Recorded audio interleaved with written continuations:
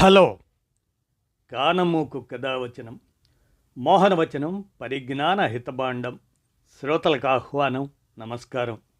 చదవదగునెవరు రాసిన తదుపరి చదివిన వెంటనే మరొక పలువురికి వినిపింపబూనిన అది ఏ పరిజ్ఞాన హితబాండమౌపో మహిళ మోహనవచనమై విరాజిల్లు. పరిజ్ఞాన హితబాండం లక్ష్యం ప్రతివారీ సమాచార హక్కు ఆస్ఫూర్తితోనే ఇప్పుడు పిబి చారి పరామర్శ రచనగా భగవద్గీత అనే అంశాన్ని ఇప్పుడు మీ కానమోకు కథావచనం శ్రోతలకు మీ కానమోకు స్వరంలో వినిపిస్తాను, వినండి. భగవద్గీత పిబి చారి పరామర్శ రచన ఇక వినండి. భగవద్గీత ఒక పరామర్శ. భగవద్గీత అనే మాటకు భగవంతుని గీతం అని అర్థం. మహా ఇతిహాసంగా ప్రసిద్ధికెక్కిన మహాభారతం 6వ పర్వంలో 23 నుండి 40 శ్లోకాలలో 40 వరకు ఉన్నటువంటి అధ్యాయ శ్లోకాలలో భగవద్గీత దర్శనమిస్తుంది. విష్ణువు అవతారాల్లో 8వ అవతారం కృష్ణావతారం. యదుకృష్ణుడు కురుక్షేత్ర సంగ్రామంలో పాండవ వీరుడైన అర్జునుడికి రథసారథిగా సాయపడ్డాడు. రథసారథి అయిన కృష్ణుడికి అర్జునుడికి మధ్య జరిగిన సంభాషణను సంజయుడు ధృతరాష్ట్రుడికి నివేదిస్తాడు. అదే భగవద్గీత. కురుక్షేత్ర సంగ్రామం ప్రారంభమవుతుండగా అర్జునుడు ఉన్నట్లుండి యుద్ధమంటే విరక్తి చూపుతాడు. అన్నదమ్ములను దాయాదులను నిర్మూలించే మారణ హోమంలో ప్రముఖ పాత్ర పోషించలేను అంటాడు. మహామారణకాండకు మనస్సు సిద్ధపరిచేందుకు అర్జునుడు అడిగే ప్రశ్నలకు సమాధానంగా కృష్ణుడు ఒక తాత్విక చట్రాన్ని వివరించాడు. అదే భగవద్గీత. అయితే కృష్ణుడు ఎన్ని చెప్పినా అర్జునుడు భయపడిందే చివరకు జరిగింది. దివ్యవాక్కులుగా పేరొందిన ఈ గీతను ఒక్కొక్కరు ఒక్కో రకంగా వివరించారు. ఒక వివరణకు మరో వివరణకు పొంతన లేదు. వీటిని చూస్తే అసలు మూలంపైనే సందేహాలు తలెత్తక మానవు. ఒక నైతిక తత్వం అది ఏదైనా కానీ అందరికీ ఒకే విధంగా అర్థం కావాలి. అలా కాకుండా సమాజంలోని రకరకాల వారు దానిని రకరకాలుగా అర్థం చేసుకున్నారంటే అర్థం ఏమిటి? ఆ తత్వంలోనే పరస్పర భిన్నమైన అవగాహనలు ఇమిడి ఉన్నాయన్నమాట. అందువలనే భగవద్గీత నుండి ఎవరికి తోచిన అర్థం వారు లాగగలిగారు. మహాత్మా గాంధీ గీతలో అహింసను ప్రధానంగా చూశారు. ఆదిశంకరుడు గీతలో అద్వైతాన్ని దర్శించాడు. సర్వేపల్లి రాధాకృష్ణన్ గీత ఒక నైతిక ప్రబోధం అని భావించారు. జాతీయోద్యమ నాయకుడైన బాలగంగాధర్ తిలక్ గీత అన్నది శక్తిని సమకూరుస్తుందని, కార్యాచరణను బోధిస్తుందని అంటాడు. క్రీస్తు శకం 10వ శతాబ్దపు యమనాచార్యుడు నారాయణుడే అత్యుత్తమమైన బ్రహ్మస్వరూపం అని చెప్పటం గీత ముఖ్య ఉద్దేశం అంటాడు. అలానే విశిష్టాద్వైత రామానుజాచార్యులు, ద్వైతవాద మధ్వాచార్యులు మరో రకంగా గీత ఉద్దేశాలను అర్థం చేసుకున్నారు. అరవింద ఘోష్ ఆయనైతే గీతా అధ్యయనం కొరకు స్వతంత్ర పోరాటాన్నే వదిలివేశాడు. వీరందరూ గీతను ఆశ్రయించిన వారే. కానీ గతం నుండి ఆ గీత నుండి రకరకాల అర్థాలను లాగారు. అందువల్ల దీని మూలాన్ని ఏ మేరకు విశ్వసించాలి అన్నదే పెద్ద ప్రశ్నార్థకమవుతున్నది. కానీ ప్రజల వైపు నుండి వ్యవస్థను పరామర్శించిన తాత్వికులు ఎవ్వరూ కూడా భగవద్గీతను ఆశ్రయించలేదు.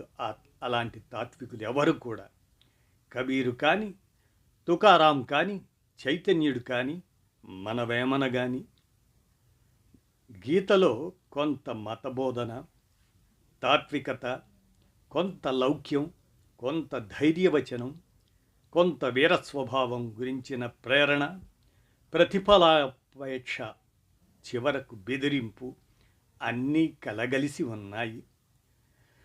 భగవద్గీతలో ప్రధానంగా కనిపించే అంశాలు: 1. వర్ణ వ్యవస్థను బలంగా సమర్థించటం. 2. గీత కన్నా ముందు కాలంలో ప్రచారంలో ఉన్న పరస్పర విరుద్ధమైన విభిన్న భావాలు, సాంఖ్య, యోగ, మీమాంస, వేదాంత, బౌద్ధ సంప్రదాయాలు ఇవన్నీ ఫలానా అని చెప్పకుండా అన్నీ తన అభిప్రాయాలుగా చెప్పటం. ఇక 3. భక్తిభావాన్ని ప్రవేశపెట్టడం. గీత 4 నుండి 13 వరకు. చాతుర్వర్ణం మయా స్పష్టం, చాతుర్వర్ణం మయా షష్టం, గుణకర్మ విభాగహాస తస్య కర్తారమపై మాం విర్ధ్వకర్తారమ వ్యయం. ఈ 4 కులాలు వాళ్ళ గుణకర్మలను అనుసరించి తేడాను సృష్టించింది నేనే అంటాడు కృష్ణుడు. భగవంతుని గొప్ప పనుల జాబితాలో ఈ తేడాల సృష్టి కూడా ఒకటి. గీత 9 నుండి 32 వరకు. మాం హి పార్థ వ్యపాశ్రిత్యా యోపిస్తన్యో పాపయోనయః స్త్రియో వైశ్యాస్తథా శూద్రా తేపి యాంతి పరాంగతిం.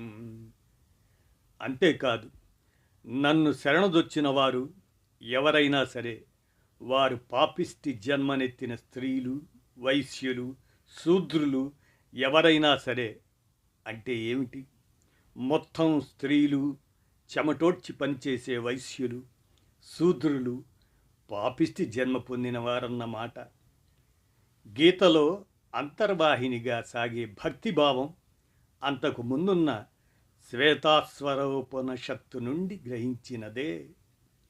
ఆ ఉపనిషత్తు నుండి అనేక శ్లోకాలను గీత సంగ్రహించింది. అలాగే గీత 2 నుండి 55, 72 భాగాల్లోని భావాలు బౌద్ధమతం నుండి గ్రహించినవే. గాంధీ మహాత్ముని ఆశ్రమంలో రోజు ప్రార్థనల్లో ఉపయోగించేది ఈ భాగం నుండే. అలాగే కఠోపనిషత్తు నుండి అనేక పద్యాలను గీతలో చేర్చారు.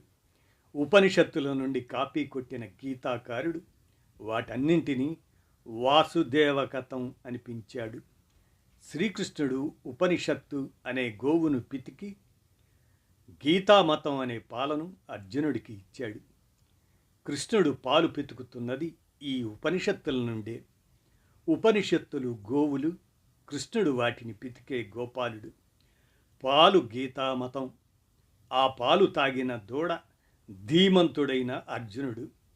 ఈ సాక్ష్యాలను బట్టి గీతా రచన ఉపనిషత్తుల నుండే అని గ్రహించవచ్చు. అలానే బౌద్ధమతం తర్వాతనే రచించబడిందనేది నిష్కర్షగా చెప్పవచ్చు. అందుకే దీని రచనా కాలాన్ని క్రీస్తు శకం 150 నుండి 350 సంవత్సరాల మధ్య అయి ఉంటుందని చరిత్రకారులు నిర్ధారణ చేశారు. గీత వేదక్రతువులైన యజ్ఞయాగాదులను నిరసించింది. వేదాలు పట్టుకు వేళ్లాడుతూ వేదక్రతువులను నిర్వహించడం ద్వారా పవిత్రత, అధికారం లభిస్తాయి అనుకునేవారు మూర్ఖులు అంటాడు కృష్ణుడు. వేదకాలంలో పాపము, భక్తి అనేవి వైదిక భావాలే కావు. గీతలో కృష్ణుడు చెప్పుకున్నట్లుగా వైదిక దేవతలు ఎవరు సకల పాపాలను ప్రక్షాళన చేయగలమని చెప్పుకోలేదు. గీత 18 నుండి 66 శ్లోకాల వరకు. సర్వధర్మాన్ పరిత్యజ్యే మామేకం శరణం ప్రజాహం త్వాం సర్వపాపభ్యః మోక్షాయిస్వామి మా శుభః. కృష్ణుడు ఇతర విశ్వాసాలు, ఆచారాలు, కర్మకాండలు అన్నీ వదిలేసి కేవలం నన్ను మాత్రమే నమ్ముకో, భయపడకు, నేను అన్ని పాపాల నుండి విముక్తి చేస్తాను అంటాడు. అర్జునుడు తన బంధువులను చంపడానికి ఎందుకు వెనుకాడకూడదంటే, యుద్ధం చేయటం క్షత్రియుడిగా నీ ధర్మం కాబట్టి అని కృష్ణుడు అంటాడు. ఎవరి వర్ణధర్మాలు వారు ఆచరించాలి అంటూనే సర్వధర్మములను విడిచి ఇతర విశ్వాసాలు, ఆచారాలు, కర్మకాండలు అన్నీ వదిలేసి నన్ను శరణు వేడితే అన్ని పాపాల నుండి విముక్తం చేస్తాను అంటాడు. క్షత్రియుడికి యుద్ధభూమి నుండి పారిపోవటం కంటే మరణించడమే మేలు అని కృష్ణుడు అర్జునుడికి ఉపదేశిస్తాడు. కానీ తాను మాత్రం జరాసంధుడితో యుద్ధం చేయలేక ద్వారకకు పలాయనం చిత్తగిస్తాడు. అందువల్ల ఈనాటికి రణదవుడు అంటే యుద్ధభూమిని వదిలినవాడు అనే పేరు కృష్ణుడికి ఉన్నది. రాజ్యం కోసం బంధువులను చంపటం కొత్త విషయం ఏమీ కాదు. కృష్ణుడు స్వయాన మేనమామనే కాక రాజు కూడా అయినటువంటి కంసుణ్ణి చంపాడు. గీతాసారం ఏమిటి? నీ కర్తవ్యం నిర్దేశించినట్లయితే నీ సోదరులను కూడా ఎలాంటి మమకారం చూపకుండా చంపేయి. నాపై విశ్వాసం ఉన్నంతకాలం నీ పాపాలన్నీ ప్రక్షాళనవుతాయి. ఈ పని చెయ్యడానికి భగవద్వాక్యాలు అవసరమా? ఎలాంటి సందేహం లేకుండా సింహాసనం కోసం కొట్టుకు చచ్చిన సోదరులు, తండ్రి కొడుకులు భారతదేశంలో కోకొల్లలు. యుద్ధభూమిలో చిన్న అపాయం ఎదురైనా కృష్ణుడికి తట్టినన్ని అపాయకర ఉపాయాలు ఎవ్వరికీ తట్టవు. భీష్ముడి ప్రతిజ్ఞను అవకాశంగా తీసుకొని అర్జునుడికి శిఖండిని డాలుగా అడ్డం పెట్టుకుని భీష్ముని సంహరించడం, నిరాయుధుడిగా ఉన్న కర్ణుడిపై ఆయుధం ప్రయోగింపజేసి హతమార్చటం, జయద్రథుడిని చంపడానికి సూర్యాస్తమయ భ్రమను కల్పించటం, ద్రోణుణ్ణి చంపడానికి ధర్మరాజుతో అశ్వత్థామాత కుంజరహ అనిపించడం, దుర్యోధనుని వధించడానికి అతడి తొడలపై కొట్టమని భీముణ్ణి సైగ చెయ్యటం, ఇవన్నీ కృష్ణుడు ఇచ్చిన సలహాలు. ఇలాంటి ఘోరమైన పనులు ఇంకా ఉన్నాయి. శల్యపర్వంలో చివర వీటన్నిటి గురించి ప్రశ్నించగా వాళ్లను చంపడానికి వేరే మార్గం లేదని, మరో రకంగా విజయం సాధించడం సాధ్యం కాదు అని చెప్పుకున్నాడు కృష్ణుడు. ఇలాంటి కుట్రపూరిత కార్యకలాపాలు అర్థశాస్త్రంలో ఆచరణాత్మక రూపంలో అనేకము ఉన్నాయి. గీతా బోధన చేయడానికి కల్పించబడిన కృష్ణుడు దైవత్వం ఆపాదించబడిన మానవ మాతృడే. చాలా విషయాలలో అసాధారణ వ్యక్తి కావచ్చు, కానీ లోటుపాట్లున్న మనిషే. అందుకే కొన్ని చోట్ల తనను మానవుడుగాను, మరికొన్ని సందర్భాలలో దేవుడిగాను చెప్పుకుంటాడు. కృష్ణుడి శేష జీవిత కథ యాదవుల కులక్షయం, అందులో పుత్రుడు ప్రద్యుమ్నుడి చావు, అన్న బలరాముడు క్షతగాత్రుడవడం, తుదకు తన సాధారణ దయనీయ మరణం, ఇవన్నీ అతడు కేవలం మానవ మాతృడే అనడానికి సాక్ష్యాలు. అర్జునుడిని యుద్ధానికి సంసిద్ధం చేసే క్రమంలో కృష్ణుడు అంతకు ముందున్న తాత్విక సిద్ధాంతాలన్నింటినీ క్రోడీకరించాడు. వాటిని తనకు అనుకూలంగా మలచి అన్నింటి గమ్యము ఒక్కటేనని, అందువలన తనను సర్వోన్నత దేవుడిగా విశ్వసించమని చెప్పాడు. కృష్ణుడు జ్ఞానయోగం, కర్మయోగం, భక్తియోగం, ధ్యానయోగం, సాంఖ్యయోగం ఇలా రకరకాల తాత్విక భావాలను బోధించినప్పటికీ అర్జునుడు నిర్వికారంగానే ఉంటాడు. కృష్ణుడికి సహనం నశిస్తుంది. ఇప్పుడు ఇక దండధారణ చేయడం తప్ప మరో గత్యంతరం లేదు. అందుకని మహాభయంకర విశ్వరూపం దాలుస్తాడు. నా ఆశీర్వాదం వలన అన్ని అవరోధాలు అధిగమించగలుగుతావు. కానీ అహంభావంతో నా సలహాను పెడచెవిని పెడితే నాశనమైపోతావు అని బెదిరింపుగా చెబుతాడు. కృష్ణుడు ఆగ్రహోదగ్రుడయ్యాడని, విశ్వరూపం ధరించాడని అలంకారిక భాషలో చెప్పటం దీని అర్థం. కానీ కృష్ణుని యొక్క అంత భీకర స్వరూపం ముందు ఎన్నడూ చూడలేదు. దానితో అర్జునుడు మెత్తబడినాడు. చిట్ట చివరకు అర్జునుడు తన భ్రమలన్నీ తొలగిపోయాయని కృష్ణుడి సలహా ప్రకారం చేయడానికి తాను సిద్ధపడతాడు. అర్జునుడిని మానసికంగా లోబరుచుకోవటంలో విజయం సాధించానని కృష్ణుడు భావిస్తాడు. యుద్ధానికి సన్నిధుణ్ణి చేస్తాడు. యుద్ధం చేయడానికి అర్జునుడు ఎందుకు విముఖత చూపాడు? అర్జునుడు తెగల జీవితానికి అలవాటు పడిన గణ వ్యవస్థను నమ్మిన తత్వం గలవాడు. గణ వ్యవస్థలో ఇతర గణాలకు చెందిన వారితో యుద్ధం చేయడం, వాళ్లను హతమార్చడం, దోచుకోవటం, వాళ్ల సంపదలను నాశనం చేయటం అన్నీ కూడా నీతివంతమైన పనులే. కానీ గణం లోపల మాత్రం పరస్పరం ఏమాత్రం హాని కలిగించకూడదు. ఒక కుదురుకు చెందిన వారంతా సజాతుల క్రిందే లెక్క. వారికి హాని తలపెట్టకూడదు. అంటే ఇంకా గణ వ్యవస్థ నియమ నిబంధనల నుండి బయటపడని స్థితి అర్జునుడిది. అందువల్లనే సజాతులపై అంటే అన్నదమ్ములు, గురువులు, దాయాదులపై యుద్ధానికి సంశయిస్తాడు అర్జునుడు. కానీ కృష్ణుడు మారుతున్న కాలానికి, మారుతున్న నీతి సూత్రాలకు, కొత్త యుగానికి దూత. ఆస్తి కోసం, రాజ్యం కోసం తోబుట్టువులను కూడా చంపవచ్చును. ఎటువంటి కుటిల నీతినైనా ప్రయోగించవచ్చును. అలా మారిన కాలానికి ప్రతీక కృష్ణుడు. కాబట్టే మహాభారత యుద్ధం రాజ్యాధికారానికి, రక్త సంబంధానికి పొత్తు లేదనే రుజువు చేసింది. వేదాలలో కానీ ఉపనిషత్తుల్లో కానీ కర్మ సిద్ధాంతం లేదు. వేదాలలో కర్మలు అంటే యజ్ఞాల సందర్భంగా ఆచరించే కర్మకాండలు లేదా కార్యక్రమాలు. ఆ తరువాతి కాలంలో దానికి వేరే అర్థం వచ్చింది.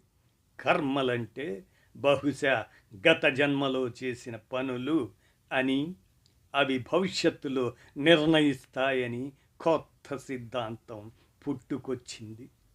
దానికి మూలం వ్యవసాయం అభివృద్ధి అవుతున్న క్రమంలో వచ్చింది. నేలలో నాటే విత్తనం మొలకెత్తి ఫలాన్ని ఇస్తుంది. విత్తనం నాటడం అన్నది కర్మ, ఫలాలను లేదా పంటలను ఇవ్వడం అన్నది ఫలితం. ఈ అనుభవం నుండే చేసిన పనులు పరిపక్వం అయ్యి ఫలితంగా దారితీస్తాయి అనే భావన పుట్టింది. అదే కర్మ సిద్ధాంతంగా రూపొందింది. అసలు కర్మ పరిపక్వం కావడం, ఫలం ఇవ్వడం అనే మాటలోనే వ్యవసాయ సంబంధ ధ్వని ఉన్నది. ఈ రకమైన భావనయే తరువాతి కాలంలో పూర్వజన్మలో చేసుకున్న పాప పుణ్యాల ఫలితాలను ఈ జన్మలో అనుభవించక తప్పదు అన్న భావనకు దారితీసింది. అలాగే అహింస అనే భావన ఆరంభమవ్వడానికి యజ్ఞక్రతువుల సందర్భంగా విపరీతమైన పశుబలులు కారణం. యజ్ఞాల పేరుతో ఆవు, ఎద్దు, గుర్రం, గొర్రె, మేక మొదలైన వాటిని బలి ఇవ్వడం సర్వసాధారణమైపోయింది. అది యజుర్వేద కాలానికి మరింత పెరిగింది. యజ్ఞంలో బలి కాని పశువంటూ లేదు అంటే అతిశయోక్తి కాదు. ముఖ్యంగా ఆవులను, ఎద్దులను బలి ఇవ్వడం వలన అప్పుడే అభివృద్ధి అవుతున్న వ్యవసాయానికి పశువుల కొరత ఏర్పడింది. బలి ఇవ్వడం ద్వారా వచ్చే మాంసాహారం ఎక్కువ కాలం నిల్వ ఉండదు. దాని స్థానంలో వ్యవసాయానికి ఎద్దులను విరివిగా వాడితే వచ్చే పంట మాంసాహారం భుజించే వారికన్నా 20 రెట్ల మందికి ఆహారం అందించవచ్చు.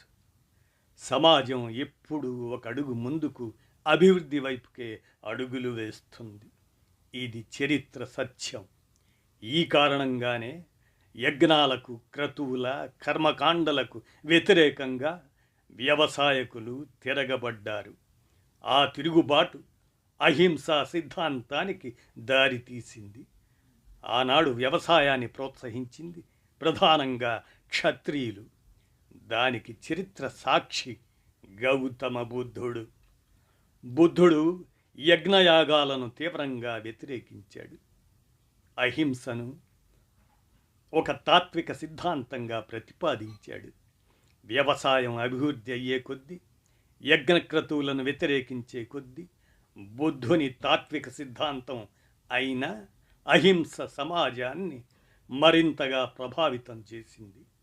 దానితో మాంసాహారులైన పురోహిత వర్గం సైతం శాకాహారులుగా మారక తప్పలేదు. పురోహిత వర్గానికి సమాజంలో తగు స్థానం, విలువ ఉండాలంటే విధిగా శాకాహారులు కావలసి వచ్చింది.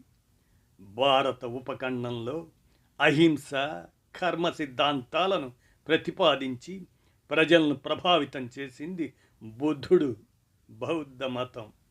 అయితే అవే సిద్ధాంతాలు తరువాతి కాలంలో బ్రాహ్మణ మతానికి కీలకమయ్యాయి. బౌద్ధాన్ని దేశాల నుండి పారదోలుతూ బౌద్ధుల అహింస, కర్మ సిద్ధాంతాన్ని తమ సొంతం చేసుకున్నారు. విస్తారంగా ప్రాచుర్యం పొందిన కృష్ణ పరమాత్మ చేత ఈ 2 సిద్ధాంతాలను చెప్పించి ఈ ఉపదేశాన్ని భగవద్గీతగా మహాభారతంలో ప్రవేశపెట్టారు. బుద్ధుడే లేకపోతే భగవద్గీత సాధ్యమయ్యేదే కాదు. యజ్ఞకాండకు వ్యతిరేకంగా పుట్టిన ఈ అహింసా సిద్ధాంతం జనమేజయుడు నాగజాతిని హింసాత్మకంగా నాశనం చేయడానికి జరుపుతున్న యజ్ఞ సందర్భంలో వైశంపాయనుడు చెప్పిన కథ భారతం. హింసాకాండకు వెరుస్తున్న అర్జునుడికి హింస చేయటం నీ ధర్మం అని కృష్ణుడు చేసే ఉపదేశంలో భాగంగా ఈ భగవద్గీతను మహాభారతంలో ప్రవేశపెట్టడం జరిగింది. మహాభారతం సంజయుడు ధృతరాష్ట్రుడికి ఇలా చెప్పాడని జనమేజయునికి వ్యాసుడు చెప్పాడు. వ్యాసుడు ఇలా చెప్పాడని నైమిషారణ్యంలోని ఉగ్రశ్రవుడు అనే కవి గాయకుడు తన చుట్టూ చేరిన ఋషులతో చెప్పాడు.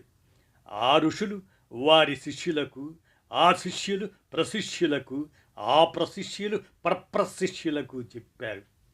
అలా 8800 శ్లోకాలతో మొదలైన జయం లేదా జయేతిహాసం 24,000 శ్లోకాలుగా పెరిగి భారతమై తరువాతి కాలంలో 1,00,000 శ్లోకాల మహాభారతమైంది.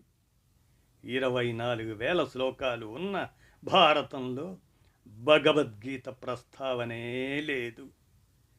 భగవద్గీతలోని మరికొన్నిటిని పరామర్శిస్తే గీత 2 నుండి 22 వరకు వాసాంసి జీర్ణాని యదా విహాయ నవాని గృహ్ణాతి పరోపరాణి తదా శరీరాణి విహాయ జీర్ణాని అన్యాని సంయాతి నవాని దేహి. మనిషి చిరిగిన బట్టలు విడిచి కొత్త బట్టలు ఎలా ధరిస్తాడో అదేవిధంగా జీవాత్మ జీర్ణించిన శరీరాన్ని విడిచి కొత్త శరీరాన్ని ధరిస్తుంది. అలాంటప్పుడు సంతోషించి బారసాల పాటలు పాడుకోవాలి కానీ బాధపడటం ఎందుకు? గీత 2 నుంచి 11 శ్లోకాల్లో గతాసూన గతాసూంచ నాను శోచంతి పండిత. జ్ఞానులైన వారు మరణించిన వారి గురించి కానీ జీవించి ఉన్న వారి గురించి కానీ శోకించరు. మరి అభిమన్యుడిని చంపినప్పుడు ఈ జ్ఞానం ఏమైంది? ఎక్కడికి పోయింది? గీత 2-55. ప్రజాహాతి యాదా కామాన్ పర్వాన్ పార్థ మనోగతాన్ ఆత్మన్యేవాత్మనతుష్ణః స్థితప్రజ్ఞస్య ప్రాప్తదోచ్యతే.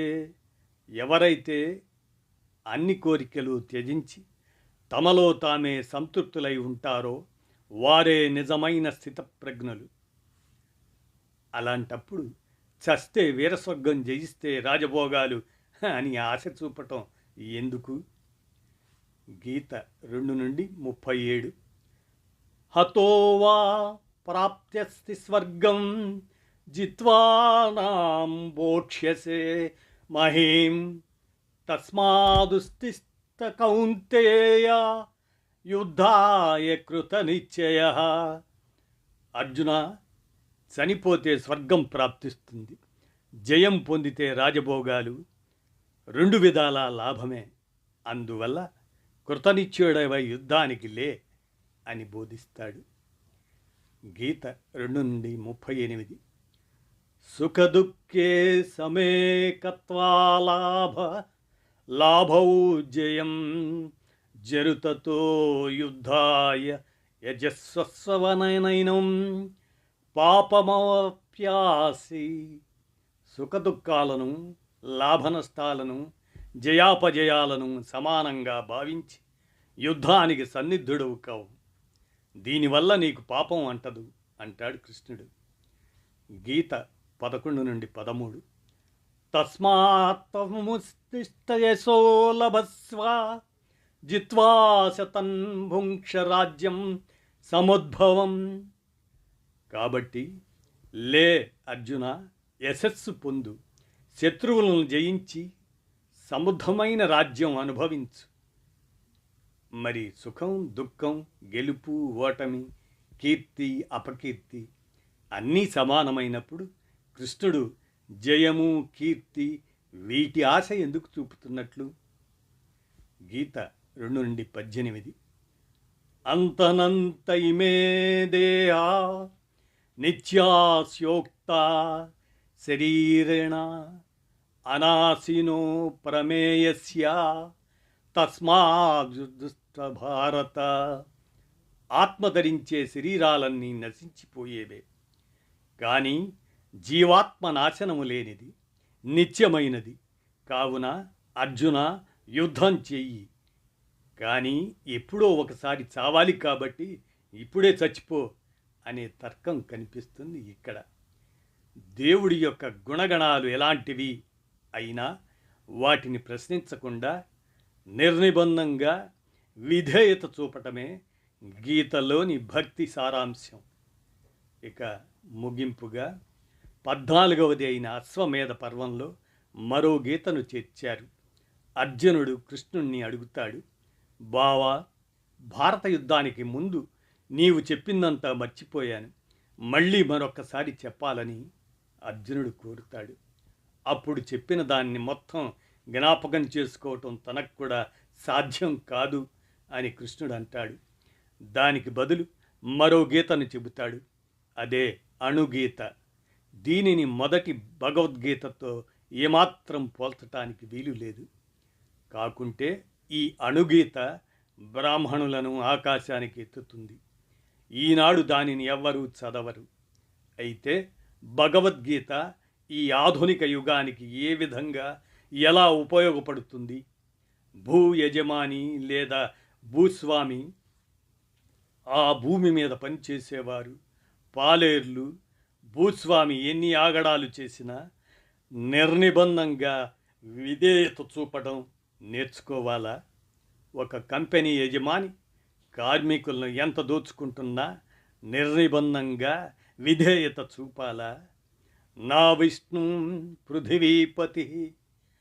రాజును మించిన దేవుడు లేడని ఇప్పుడు పరిపాలిస్తున్న పాలకులే దైవాంశ సంభూతులని వారిని ప్రశ్నిస్తున్న వారి మీద అరాచక చట్టాలను ప్రయోగిస్తూ జైళ్ల పాలు చేస్తున్న ఈ పాలకులకు, ఈ దైవాంశ సంభూతులకు నిర్నిబంధంగా విధేయత చూపుతూ బతకాల్సిందేనా?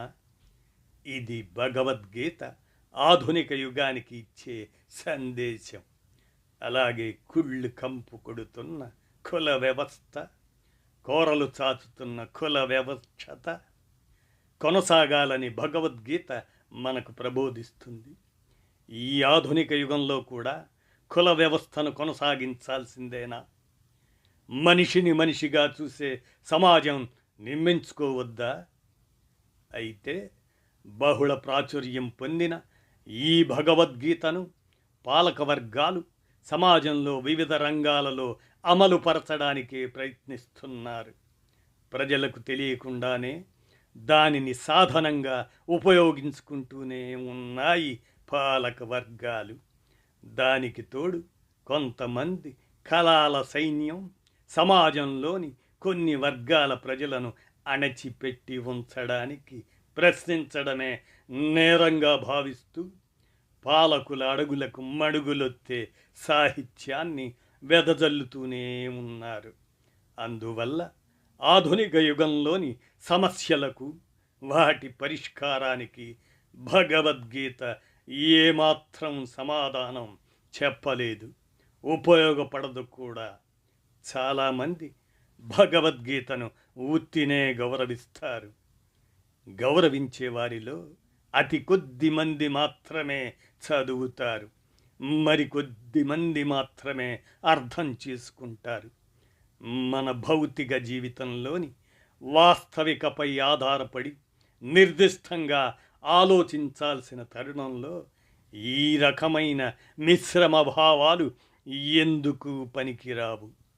సాహిత్య సౌందర్యం కోసం గీతను చదువుకోవచ్చు అంటూ పిబి చారి భగవద్గీత పరామర్శ రచనను అందజేసిన మీదట మీ కానమూకు కథావచనం శ్రోతలకు మీ కానమూకు స్వరంలో వినిపించాను.